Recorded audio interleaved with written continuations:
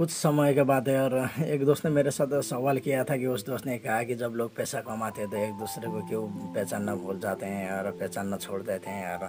कोई लोग पैसा कमाते तो अपने घर परिवार को भूल जाते हैं और कोई लोग अपने भाई बहन को भूल जाते हैं और कोई लोग अपने पत्नी को और अपने गर्लफ्रेंड को भी भूल जाते हैं, कोई लोग अपने रिश्तेदारों को और अपने पति को भी भूल जाते हैं यार। जब ये शब्द मेरे दोस्त ने मेरे साथ पूछा था कि और बड़ा अच्छा लगा ये सवाल मेरे दोस्त ने पूछा था और ये शब्दों से और ये सवाल से थोड़ा सीख भी मिला मेरे ज़िंदगी में। और मैंने उस दोस्त को थोड़ा मुस्कुराते चेहरा के साथ जवाब दिया कि मेरे दोस्त को, क्योंकि जब लोग पैसा तो कमाते हैं, ये बात तो सच है कि लोग पैसा तो कमाते हैं, लेकिन पैसा के साथ साथ फ्री में घमंड भी आ जाते हैं। इसकी वजह से लोग एक दूसरे को पहचानना छोड़ देते हैं।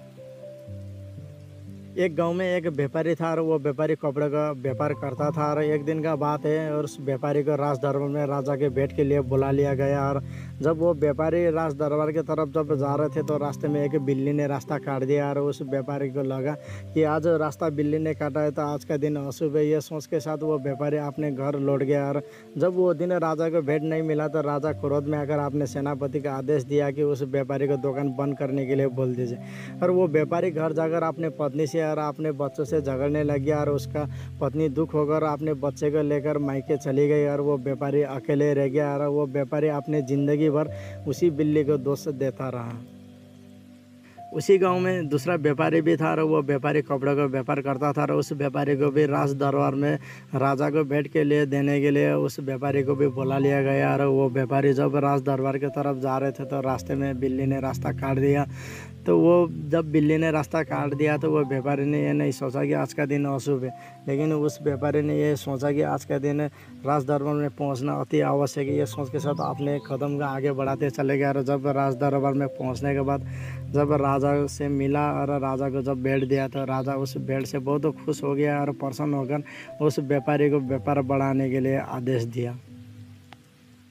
दोनों व्यापारी की ज़िंदगी में सिचुएशन एक ही था, लेकिन उस सिचुएशन में एक व्यापारी ने गलत डिसीजन लिया, इसलिए उस व्यापारी को ज़िंदगी में परिणाम गलत ही मिला। और दूसरे व्यापारी ने सिचुएशन एक ही था, लेकिन उस सिचुएशन में सही डिसीजन लिया था, इसलिए उस व्यापारी को सही परिणाम मिला।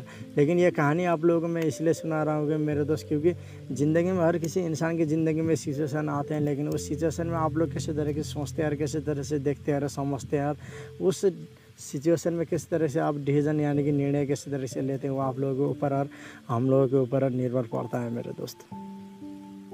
मैं अपनी ज़िंदगी में बहुत सारे लोगों के साथ मैं मिला हूँ और मैं ज़्यादा तो पढ़े लिखे नहीं हूँ, लेकिन मैंने पढ़े लिखे लोगों को मैंने देखा हूँ, यानी कि इंडिया में भी देखा हूँ और नेपाल में भी देखा हूँ। और पढ़े लिखे लोग जो होते हैं, जो व्यक्ति होते हैं, तो उन लोगों को गाँव वाले लोग भी थोड़ा उन लोगों को इज्जत देते हैं, कदर देते हैं और रेस्पेक्ट देते हैं। उन लोगों को ये लगता है कि पढ़े लिखे लोग ये दुनिया में सबसे बड़ा काम कर ले, उन लोगों को ये लगता होगा गाँव वाले लोगों को, समाज लोगों को। और मैंने इंडिया में भी देखा हूँ, वहाँ पर भी लोग जो पढ़े लिखे होते हैं उन लोगों का घर के परिवार उन लोगों को बहुत अच्छे तरीके से कदर करते हैं। और वहाँ के गांव के लोग और वहाँ के समाज के लोग भी पढ़े लिखे लोगों के प्रति थोड़ा रिस्पेक्ट देते हैं, कदर करते हैं। लेकिन जो पढ़े लिखे लोग हैं और उन लोगों को ये भी लगता है कि क्योंकि हम लोगों ने जब स्कूल ख़त्म होने के बाद, कॉलेज ख़त्म होने के बाद उन लोगों को लगता है कि ये दुनिया का सबसे बड़ा काम हम लोगों ने कर लिया है। और उन लोगों को लगता है कि ये दुनिया का सारा ज्ञान हम लोगों ने पढ़ लिया और हम लोगों ने अचीव कर लिया है। लेकिन मैं उन लोगों को ये कहना चाहता हूँ कि मैं अपनी ज़िंदगी का अगर तजुर्बा के हिसाब से मैं कहूँ तो